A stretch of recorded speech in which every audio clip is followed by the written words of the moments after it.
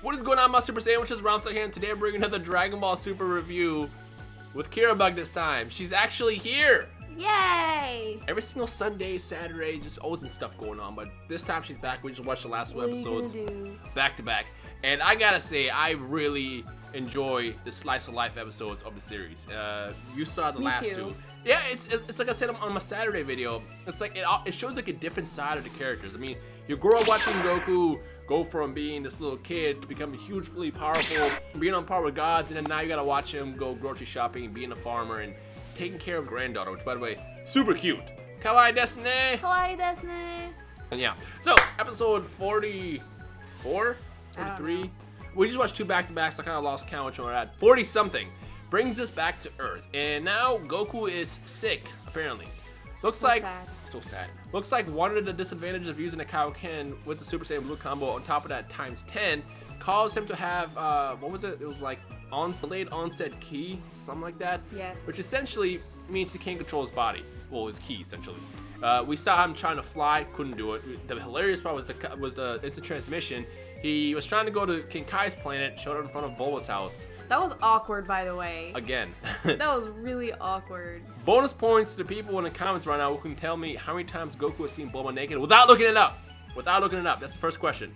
If you know how many times Goku has seen her naked, pop it below. Do you know how many times? Including Dragon Ball? A lot. A lot.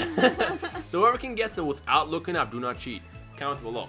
And then we see him pop up in front of Krillin, and then we see him finally pop up into King Kai's planet. And also the conversation he has like, you seem angry at me. What did I do? It's like, are you serious? Hello? I'm freaking dead because of you. Which doesn't really matter. I feel like King Kai being dead doesn't really mean anything. It's like, whoop-de-freaking do. Now no one would know anyways. No one sees him. Yeah, you live in other world where dead people exist, so what's the difference? Like, when Goku did that in Cell Saga, I completely understand. It's like, well, you know, I figured you would die and just end up right back here. But plus, everyone knows Halos are adorable. Halos are adorable.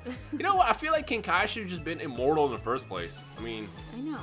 He watches over, like, a lot of stuff, so you would think that making him immortal, whatever, another conversation. Either way, watching this Slice of Life episode was pretty fun. Now, the second half takes us to Baby Pan, which I initially didn't really care about. I'll say that right now. I did not really care about that when I saw that was going to be in the episode title, and that's what it was going to be about, but it ended up being very, very entertaining. And my favorite part has to be Piccolo. Freaking Piccolo. His face. Yeah, he is an expert. He's literally telling Goku what to do, like he is the pro babysitter. We went from Demon King Piccolo to Demon King of babysitters. And I love that. I love that. And she even says Piccolo. Love that part. So, one thing that I didn't like, well, not that I didn't like, I ended up enjoying the episode very much. What I didn't like initially was the Return to Pilaf gang. For some reason, out of everything that the Slice of Life side of Dragon Ball does, every time I see the Pilaf gang, I'm like, oh, one of those episodes. But surprisingly, this ended up being really, really good. Oh yeah, I forgot. Arale-chan. Arale was there too, for 2 seconds. Arale, yeah, from Dr. Slump. And I remember when they initially announced that she was going to return, a lot of people were trying to figure out what she was going to do in the series. Was she going to be like taking care of Pan with Goku or something? Was there going to be like a fight?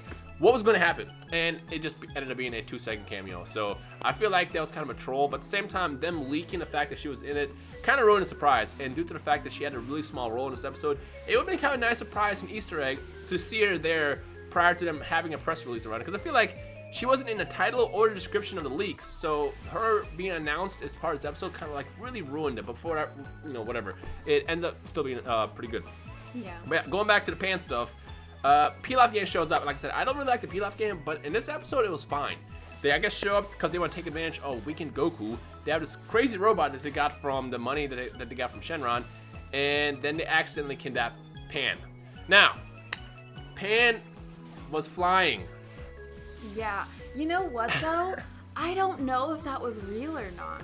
What do you mean? Because, I mean, they say, oh, she just fell asleep under the couch or the bed or whatever. What if it was her dream?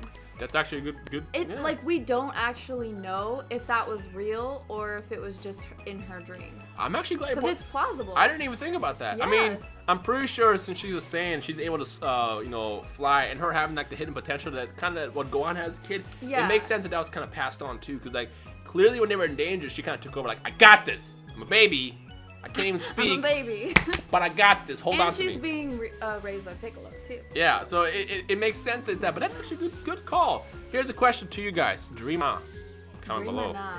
Yeah, but ultimately the episode ended up being very, very enjoyable. Like I laughed a lot. I liked seeing Piccolo again being this crazy powerful dude back in the day, and now just being reduced to a babysitter taking care of Pan. It was cute. It was very, very cool. And watching the slice of lifestyle of Dragon Ball, it's just very enjoyable because as I said this past weekend, it just allows you to watch a different side of the world of these characters go through menial tasks like living. I mean, one of my favorite filler arcs of all time was the Gohan going to high school thing, and that's because as kids, when we used to watch Dragon Ball, and we still watch Dragon Ball, what is one thing you think about? Oh, what would life be like if I had those powers? I remember when I used to be in high school, I used to think, man, it'd be so cool having Dragon Ball powers, being able to control ki, fly around, go Super Saiyan, fight I was crime. thinking that in elementary school. What are you talking about? High school? Yeah, well, you know what I mean, like middle school, high school, Yeah. school. And then when they showed that arc, when I was younger, and I was like, oh my gosh, he's doing what I would do. This is great. So it's cool to see, the action side of Dragon Ball, and then every now and then get this weird, different comic side. And I'm also glad the fact that Monaka is a ongoing character. I know Monaka wasn't in this episode, but like I said, she missed last week's episode, so we kind of sat there watching both back to back. Yeah. And I like the fact that Monaka's going to keep returning, and every time he shows up, it's going to be some kind of shenanigans, which takes us to this part of the video. Next week, we have some Goten and Trunks action, and that's something that a lot of us wanted in the Dragon Ball Super series. In fact, I thought we were going to get a lot of that in the beginning of the series, because I remember they talked about Goten and Trunks doing a bunch of stuff, and then nothing really happened out of that, and that's because the first two arcs were just basically retellings of the movies, and they didn't really do much in there. I mean, Goten and Trunks showed up in the Resurrection F arc, and they had a cool 2-second cameo, which they didn't have in the movie originally, so that was cool. But ultimately, having them now do some kind of crazy adventure was cool, and the question is will Goku be ready? Because we saw Goku fighting in the preview, but we don't know if he's going to be fully in control of his body yet, because according to the rules of his disease, do we call this a disease? Condition? I would say disorder. Disorder. He will lose power for a while. And the other thing that's interesting is they brought up the fact that the tournament's happening very, very soon. What is soon?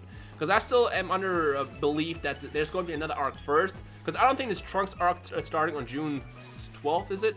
I don't think that's going to be this tournament. I feel like we're going to get that first and then the tournament. So the question is how much time is going to pass in between? And, what's actually going to happen in that arc? But again, that's a whole other video. For now, Slice of Life is cool. You got anything to say about this stuff tonight? I don't know.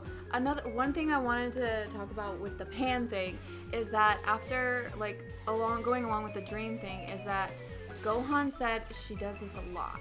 They must know. So it's either she's just dreaming a lot or she really is going out and flying around, and I'd be really interested to know if that's real or not, because it is plausible.